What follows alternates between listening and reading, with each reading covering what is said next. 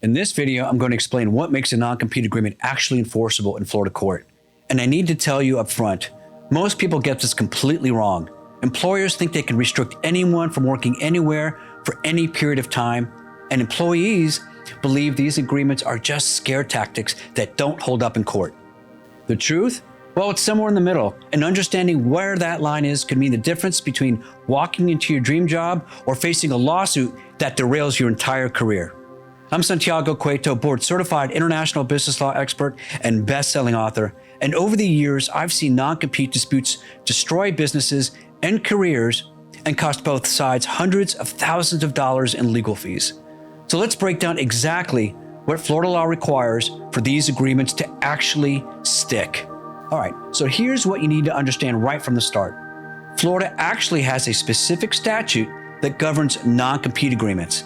It's Section 542 of the Florida statutes. And unlike some states where courts just apply general contract principles, Florida lawmakers decided to spell out exactly when these agreements are valid and when they're not.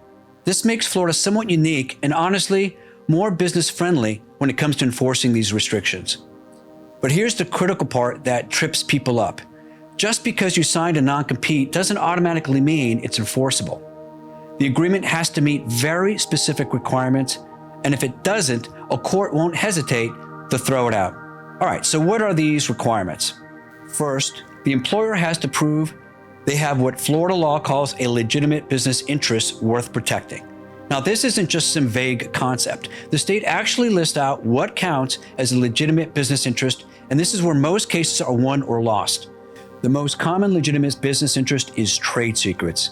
If you had access to proprietary formulas, confidential business strategies, specialized manufacturing processes, or sensitive technical information that gives the company a competitive edge, that's a trade secret. Let's say you work for a company that developed a unique software algorithm, or you knew the secret recipe for a product. The company has a legitimate interest in preventing you from taking that information to a competitor or using it to start your own competing business. But here's where it gets interesting. It's not just about trade secrets. Florida law also recognizes substantial relationships with specific, prospective, or existing customers as legitimate business interests. This is huge, especially in service industries. If you are a financial advisor who spent years building deep relationships with high net worth clients, or a sales executive who personally cultivated relationships with the company's biggest accounts, your employer has a legitimate interest in protecting those relationships. They invested in building your book of business, and they don't want you walking out the door and taking those clients with you the next day. The statute also includes other legitimate business interests, like confidential business information that doesn't quite rise to the level of a trade secret, substantial relationships with prospective customers, and even goodwill associated with an ongoing business. The key is that there has to be something real worth protecting. A company can't just say, "We don't want competition," and expect a court to enforce a non-compete. They need to show actual, tangible interest that would be harmed if you went to work for a competitor.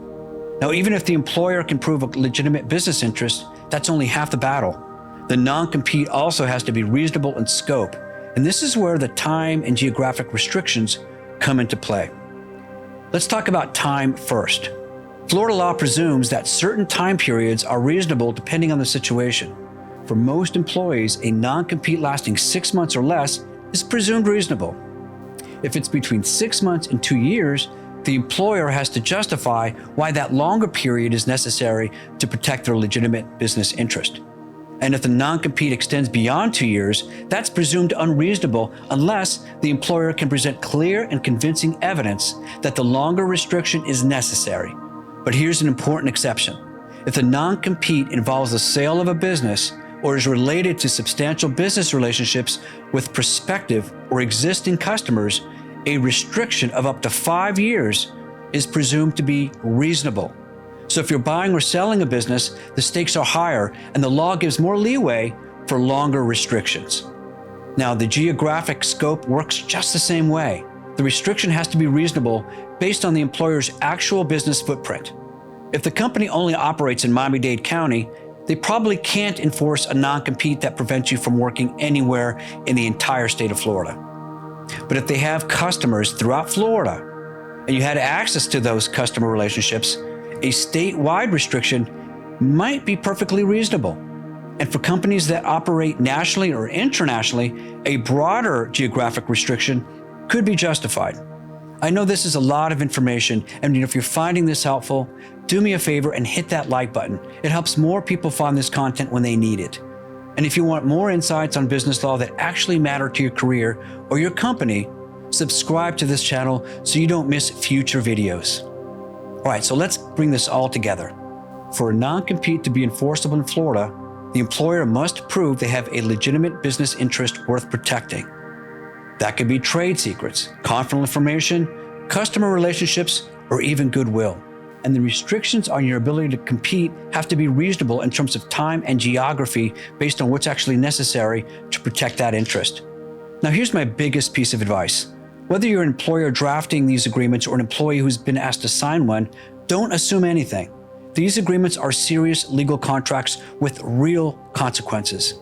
If you're an employer, work with an attorney to draft non-competes that are actually tailored to your specific business interests, because a one-size-fits-all template you found online probably won't hold up in court. And if you're an employee, understand what you're signing before you sign it.